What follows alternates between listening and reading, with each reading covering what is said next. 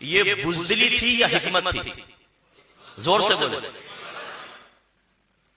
اب ہمارے یہاں یہ ہوتا ہے کہ آج کے دور میں اگر کوئی عالم دین کسی مسئلے پر اس لیے حکمتاً کلام نہیں کرتا کہ اسے اپر لیول پہ کام کرنے کی صورت میں نظر آتا ہے کہ آواز اٹھانا اتنے مؤثر نہیں ہوگا، جب اس کا ری ایکشن آئے گا، رسپانس آئے گا، تو جو ہو رہا ہے کام دین کا وہ بھی ختم ہو جائے گا.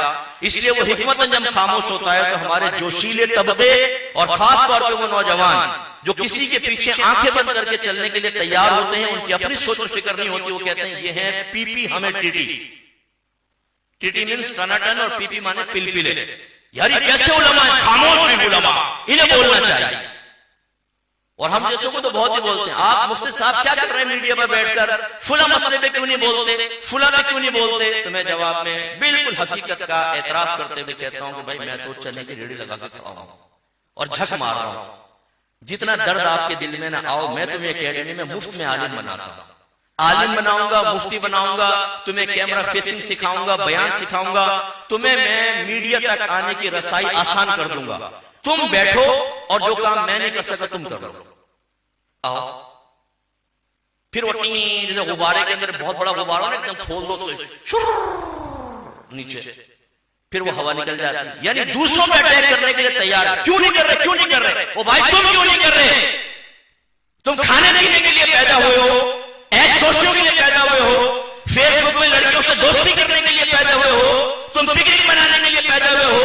غزہ میں اگر مسلمانوں کو مارا جا رہا ہے تم ہنس ہنس کے ناشتے کرنے کے لیے پیدا ہوئے ہو. سارا کام علماء کریں. کیوں؟ دین اگر آپ کا ہے تو پھر آپ کو بھی آگے بڑھ کر آنا ہوگا.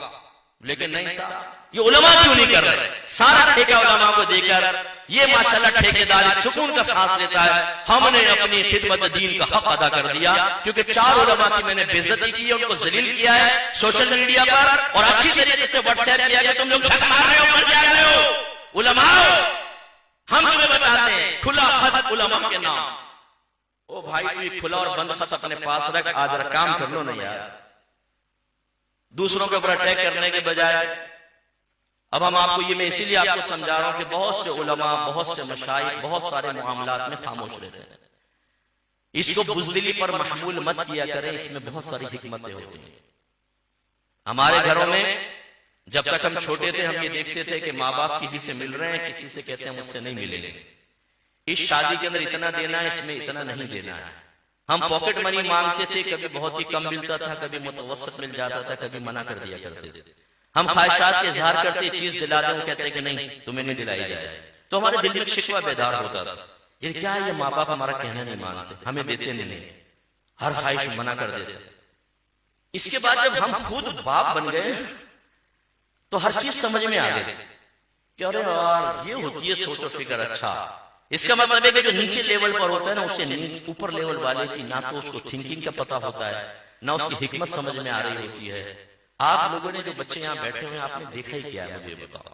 اگر آپ کہتے ہیں سوشل میڈیا پہ سب کو جانتے ہیں، نہیں. ابھی آپ جو انٹرنیشنل پولیٹکس ہے اس کی تو شاید میں دعویٰ نہیں کرتا ہوں، لیکن باہر بہت سارے اس کی ABC بھی نہیں جانتے ہوں گے. جس طریقے سے انٹرنیشنل لیول پر مضبوط اور بڑی طاقتیں آپ کی ملک کی سیاست کے اندر اثر انداز ہوتی ہیں، اور کوئی ایک فریق اگر ابھر کر سامنے آئے اور وہ ان کی اس سیاست کے خلاف کام کر رہا ہو تو اس کی آواز کو بڑے آرام سے دبا دیا جاتا ہے. وہ بھی آپ نہیں جانتے. جو کام کر رہے ہیں اپر لیول پر، خدا را ان کو کام کرنے دیں اور اپنے نبی صلی اللہ علیہ وسلم کی حکمت پر نظر ڈالیے. آپ نے مدینہ مکہ المکرمہ میں اعلان سے منع کیا کہ اعلان اسلام مت کرو. جب آپ نے خود ہجرت فرمائی تو کیا ببانگے دوہل نکلے تھے، آؤ لڑو میرے ساتھ، کون میرے سامنے آئے گا؟ نا. رات کے آخری پہر میں بالکل چپ چاپ صدیق اکبر کے ساتھ اونٹوں پہ سوار ہو کے آپ نکلے، خاموشی کے ساتھ. کیوں؟ بزدل تھے؟ بولے یہ حکمت تھی. آپ نے سنا ہے جب آپ غار ثور کے اندر تھے، کافر اوپر سے گزر رہے تھے، صدیق اکبر نے کہا یا رسول اللہ لگتا ہے کہ ان قریب ان کی نگاہ پڑ جائے. سرکار نے فرمایا غم نہ کرو، اللہ ہمارے ساتھ. وہاں بھی یہ تو نہیں کہتے کہ پاؤں پکڑ کے کھینچ لے، ایک کو اندر کھینچ لو، دن دن چکا چک. صدیق اکبر نے گھوسے مار کے اس کو مار دیا ہو نا. چپ بیٹھو، نکل جانے دو اس کو، آگے نکل جانے دو. حالانکہ پہاڑ پہ پورا جتھا تو نہیں تھا، ایک آدمی تھا، شور مچا دیتا. میرے آقا نے خاموشی اختیار فرمائی. بتائیں یہ بزدلی تھی یا حکمت تھی؟ پھر مدینہ منورہ سرکار تشریف لائے، یہود موجود تھے، منافقین موجود تھے، سرکار نے یہود کے ساتھ معاہدہ کیا، کافی عرصے تک وہ وہیں پہ مدینے میں رہے۔ جب انہوں نے وعدہ خلافی کی تو سرکار نے ان کو جھیلا وطن کیا۔ جو منافقین سرکار جانتے تھے یہ بظاہر کلمہ پڑھ رہے ہیں اور دل سے مجھ پر ایمان نہیں لے کر آئے، لیکن میرے آقا صلی اللہ علیہ وسلم نے پھر بھی ان کو مدینے میں رہنے دیا اور اتنے عرصے تک برداشت کیا۔ بتائیں حکمت کے تحت یا بزدلی کی وجہ سے؟ پھر سرکار جب پہلی مرتبہ عمرہ کرنے کے لیے گئے تو کفار نے روک دیا اور کہا کہ ہم آپ کو مکے میں داخل نہیں ہونے دیں گے۔ صلح حدیبیہ ہوئی، طے کیا ہوا اس سال واپس جائیں گے اور اگلے سال عمرہ کرنے کے لیے آئیں گے۔ سرکار حالت احرام میں تھے، محصر ہو گئے تھے۔ حالت احرام میں اگر کوئی حج یا عمرے سے روک دیا جائے اس کو محصر کہتے ہیں، اسے دم دینا ہوتا ہے۔ نبی کریم نے صحابہ نے اپنے جانور مینا میں بھیجے، وہاں ذبح کروائے گئے، آپ نے احرام اتارے، دم دے کر واپس آئے ہیں۔ اگلے سال میرے آقا صلی اللہ علیہ وسلم دوبارہ گئے۔ بتائیں یہ واپس آ جانا اور اس وقت عمرہ نہ کرنا یہ بزدلی تھی یا حکمت تھی؟ زور سے بولیے، حکمت تھی۔ عمر فاروق اس وقت کھڑے ہوئے، عرض یا رسول اللہ کیوں واپس جائیں؟ کیا ہم حق پر نہیں ہیں؟ میرے آقا صلی اللہ علیہ وسلم نے ارشاد فرمایا عمر ہم حق پر ہیں۔ عرض کی تو پھر ہم کیوں جائیں، مقابلہ کرتے ہیں ان سے۔ صدیق اکبر کھڑے ہوئے اور فرمایا کہ عمر اللہ تعالیٰ اور اس کے رسول بہتر جانتے ہیں۔ حضرت عمر فاروق کا جوش ایک دم ختم ہو گیا کہ ہاں اس طرف توجہ نہیں تھی، اللہ رسول کا فیصلہ حق ہوتا ہے۔ واپس آ گئے، اگلے سال گئے اور اس کے فائدے بھی دیکھے۔ میں آپ سے پوچھتا ہوں بتائیے یہ بزدلی تھی یا حکمت تھی؟ تو بس جب آپ پہ کوئی اٹیک کرے اور آپ کے علماء اہل سنت یا مشائخ اہل سنت جو اچھا کام کر رہے ہیں اپر لیول پر اور جنہوں نے اپر لیول پر آپ کے دین کو سنبھالا ہوا ہے، جب ان کے خلاف بدتمیزی کرے تو آپ کو جواب میں یہ مثالیں پیش کر کے سوال کرنا چاہیے۔ جیسے آج کل بعض لوگ کہتے ہیں یہ مزارات پہ کیا کر رہے ہیں بابا؟ ایک صاحب نے کہا کہ وہ سبیل لگی ہوئی تھی، میں نے دیکھا کہ اس میں ایک زنجیر کے اندر کپ بندھا ہوا تاکہ یہ کپ چوری نہ ہو جائے۔ تو انہوں نے کہا کہ بتاؤ جو بابا اپنے مزار پہ موجود اس کپ کی حفاظت نہیں کر سکتا وہ تمہیں کیا دے گا؟ اور کیا تم اس سے دعائیں کروا رہے ہو جا کے کہ حضور ہمارے لیے دعا کیجیے گا؟ ہمارے نوجوانوں نے کہا بات بڑی سمجھدار کی، واہ واہ۔ پھر ہمارے ایک عالم اہل سنت نے جواب دیا، انہوں نے کہا یہ بتاؤ یہ مسجد کیا کہلاتی ہے؟ خانہ خدا، اللہ کا گھر ہے نا، اللہ کا گھر ہے نا۔ جوتیاں چوری ہوتی ہیں کہ نہیں ہوتی؟ بولیے۔ اب ایک کافر آپ سے کہے کہ جب تمہارے خانہ خدا میں جوتی چوری ہوتی ہے تو اس کا مطلب ہے تمہارا رب اس بات پہ قادر نہیں ہے کہ جوتی کی حفاظت کر سکے، تم ایسے رب کی عبادت کرتے ہو؟ کیا جواب دیں گے آپ؟ بس جو جواب اس کا ہوگا وہ جواب اس کا ہوگا۔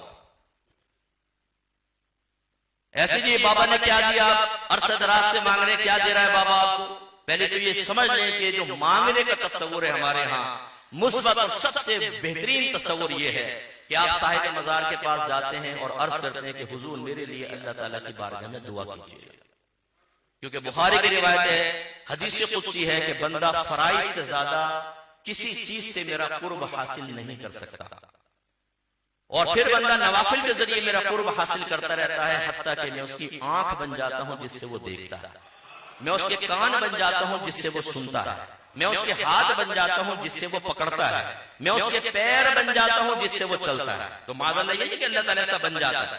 علماء نے اس کی تشریح بیان فرمائی کہ اللہ تعالیٰ اس کو دیکھنے، سننے، تصرف اختیار کرنے اور زمین کا فاصلہ طے کرنے کی اضافی طاقتوں سے نواز دیتا ہے۔ اور پھر حدیث کے الفاظ ہے، پھر وہ جو مجھ سے مانگتا ہے میں اس کو عطا کرتا ہوں، اور جس چیز سے پناہ طلب کرتا ہے اس کو پناہ دیتا ہوں۔ یاد رکھیں جو سنی لوگ ہیں ہمارے علماء اہل سنت ہیں، اکابرین اہل سنت ہیں، انہوں نے اس حدیث سے ایک نتیجہ نکالا کہ اللہ تعالیٰ دعا تو ہر ایک کی سنتا ہے، ہر ایک کی سنتا ہے، لیکن ان اپنے محبوب بندوں سے اس کا وعدہ ہے، لام تاکید بانون تاکید ثقیلہ کے ساتھ اللہ تعالیٰ نے ذکر فرمایا، دوہری تاکید کے ساتھ، کہ پھر وہ جس چیز سے پناہ مانگتا ہے میں اس کو پناہ دیتا ہوں، جو سوال کرتا ہے اس کو عطا کرتا ہوں۔ تو اس کا مطلب یہ اگر ان کی بارگاہ میں گزارش کی جائے اور یہ اللہ تعالیٰ کی بارگاہ میں دعا کرے تو اللہ کا وعدہ ہے کہ اللہ ضرور ان کو عطا فرمائے گا، تو قبولیت دعا کے امکانات بڑھ جاتے ہیں۔ اس وجہ سے ان کی بارگاہ میں جا کے عرض کی جاتی ہے۔ سوال یہ پیدا ہوتا ہے کیا وہ صاحب قبر سنتا ہے؟ تو نبی کریم صلی اللہ علیہ وسلم نے غزوہ بدر سے ایک دن پہلے لکیریں کھینچ کے بتایا اس جگہ فلاں کافر گرے گا، اس جگہ فلاں کافر گرے گا، اس جگہ فلاں کافر گرے گا۔ صحابہ کہتے ہیں اگلے دن 1 انچ بھی نہ ادھر نہ ادھر، کافر وہیں پہ گر کے مرا جہاں میرے آقا نے نشاندہی فرمائی، اور پھر ان کو اٹھا کے کنویں میں پھینک دیا گیا۔ تو سرکار نے ان سے خطاب کر کے فرمایا اے فلاں اے فلاں اے فلاں، بتا جو ہم نے کہا تھا تم نے پایا یا نہیں پایا؟ عمر فاروق نے عرض کیا رسول اللہ کیا یہ مردے بھی سنتے ہیں؟ سرکار نے فرمایا تم ان سے زیادہ نہیں سنتے ہو، یہ بھی سنتے ہیں اللہ کی عطا سے۔ جب آپ قبرستان میں جاتے ہیں دعا کیا پڑھتے ہیں؟ السلام علیکم یا اہل القبور، اور یہ دعا میری نہیں ہے، یہ نبی کریم کی دعا ہے۔ اور یہ نہیں فرمایا السلام علیکم یا اہل القبر، پھر تو ایک آدمی سے خطاب ہوتا، اہل القبور تمام قبر والوں سے خطاب ہے، 6 میل کے فاصلے پر اگر قبرستان پھیلا ہوا ہے تو ساروں سے خطاب ہے۔ اب اگر آپ کے ابا جان سو رہے ہوں اور آپ گھر والوں کے سامنے جا کر کہیں ابو السلام علیکم، لوگ کیا کہیں گے؟ بولے پاگل ہو گیا، سوئے ہوئے ابا کو سلام کر رہا ہے۔ سوئے ہوئے ابا کو سلام کرنا پاگل پن، تو اگر مردہ سنتا ہی نہیں تو اس سے بڑھ کر ہوگا، اور میرے آقا تو ایسا نہیں کر سکتے، اس لیے مردہ سنتا بھی یاد رکھیں۔ اور بخاری کی روایت سرکار نے فرمایا جب تم مردوں کو سلام کرتے ہو وہ اس کا جواب دیتا ہے لیکن تم اس کا شعور حاصل نہیں۔ سلام کیا ہے؟ دعا۔ السلام علیکم، اللہ آپ پہ سلامتی نازل فرمائے، وعلیکم السلام، اللہ تعالیٰ آپ پر بھی سلامتی نازل فرمائے۔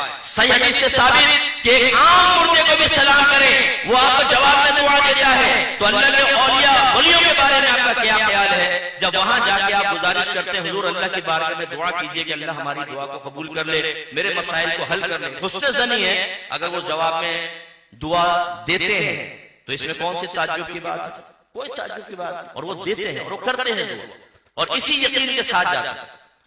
تو کہنے کا مطلب یہ ہے کہ اب یہ جو سوشل میڈیا پہ بیٹھ کر بزرگوں کے بارے میں ابھی بھی جو کرامت سنا جھوٹی ہے، یہ جھوٹی بات ہے، ایسا کیسے ہو سکتا ہے؟ یہ کیسے ہو سکتا ہے؟ یہ ساری انہوں نے بنائی ہے، ان کے باباؤں کی باتیں بنائی ہوئی ہیں۔ ارے بھائی بخاری پڑھو، میرے آقا صلی اللہ علیہ وسلم نے ارشاد فرمایا کہ ایک بنی اسرائیل میں عابد تھا جریج، بہت بڑا عبادت گزار تھا۔ اس نے اپنے علاقے کے باہر ایک عبادت خانہ بنایا ہوا تھا، صومعہ کہتے ہیں اس کو، وہاں پہ وہ عبادت کرتا تھا۔ ایک دفعہ اس کی والدہ آئیں، اس کو آواز دی، وہ نماز پڑھ رہا تھا۔ انہوں نے کہا ہے جریج، حدیث میں ہے جریج سوچنے لگے کہ میں ماں کو جواب دوں یا اللہ تعالیٰ کی عبادت کروں۔ وہ نماز میں مشغول رہے، غالب یہ آیا خیال کہ نماز پڑھتا رہتا۔ ماں مایوس ہو کے چلی گئی، پھر آواز دی دوبارہ آ کر، پھر جواب نہیں دیا۔ تیسری مرتبہ جب جواب نہیں دیا، مشغولیت نماز کی وجہ سے، نافرمانی کی وجہ سے نہیں، تو ماں نے بددعا دی، اے اللہ اس کو اس وقت تک موت نہ دینا جب تک یہ کسی فاحشہ عورت کا منہ نہ دیکھے۔ چلی گئی، آپ کو تو نہیں پتا تھا کیا ہوا۔ کچھ لوگ وہاں پہ حسد کرتے تھے، جیسے اہل سنت کا ہمارا خاصہ ہے کہ اگر کوئی عالم اچھا کام کر رہا ہو، اگر کوئی شیخ کا نام ہو جائے، معذرت کے ساتھ لیگ پولنگ ہمارے یہاں بہت زبردست، عدم برداشت کا مادہ ختم ہو چکا ہے۔ اس کو پروٹوکول دے کر، اس کو مدد دے کر، اس کو پروٹیکشن دے کر اور زیادہ کام کے لیے معاون نہیں ہوتے، بلکہ ہم کہتے ہیں کہ یہ ہو سکتا ہے تکبر میں مبتلا ہو گیا ہو، اس کو عاجزی کا درس دینا چاہیے۔ اس کا طریقہ کیا ہے؟ ٹانگ کھینچو، اس کو مٹی میں ملا دو، جب خاک میں ملے گا تو عاجزی ہوگی۔ ہمارے یہاں یہ حال ہے۔ اس زمانے میں بھی ایسے لوگ وہ جل گئے، انہوں نے ایک فاحشہ عورت سے رابطہ کیا اور کہا کہ اگر تو جریج کو گناہ پر مائل کر دے تو یہ اتنا دیں گے۔ اس نے کہا تو کوئی مسئلہ ہی نہیں ہے، آسان سا کام ہے۔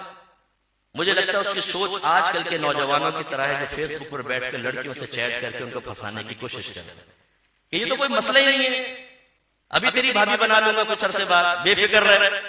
اس نے کہا تو مسئلہ ہی نہیں ہے۔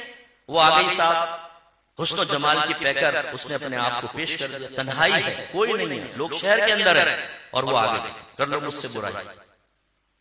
میرے وہ نوجوان جو یہاں بیٹھ کر ایک عام سی شکل و صورت کی لڑکی بھی بس یوں دیکھ کر نکل جائے تو خوش فہمی کے شکار ہو جاتے ہیں کہ بھائی کے اوپر اس کی نظر پڑ گئی، صاحب بھائی کی تو قسمت کھل گئی۔ بھائی خواب دیکھنا شروع کر دیتا ہے، ناشتہ کرتے بھی مسکرا کے لقمے ڈالتا، امی بھی کہتی ہیں بیٹا کیا ہوا، کوئی خوشخبری ملی؟ بس وہ ہم تو 2 منٹ میں پھسلنے والے لوگ ہیں، 2 منٹ میں ایمان کو داؤ پہ لگا دیں۔ کوئی ہمیں اشارہ تو کر کے بتائے، ایک مسکراہٹ تو پھینک کر بتائے، اپنی بدیسی تو دکھائے، اپنی زلفیں تو ہلا کر بتائے، اپنے سر سے دوپٹہ گرا کر تو بتائے بھائی حاضر ہے۔ لیکن وہ حضرت جریج تھے، میرے نبی فرماتے ہیں جریج آدم نے کہا نکل جائے یہاں سے، اور نگاہیں پھیر لی۔ وہ کافی دیر تک آفر کرتے رہے، مایوس ہو کر چلی گئی، غصے میں آ گئی۔ وہ گئی، اس نے چرواہے کے ساتھ زنا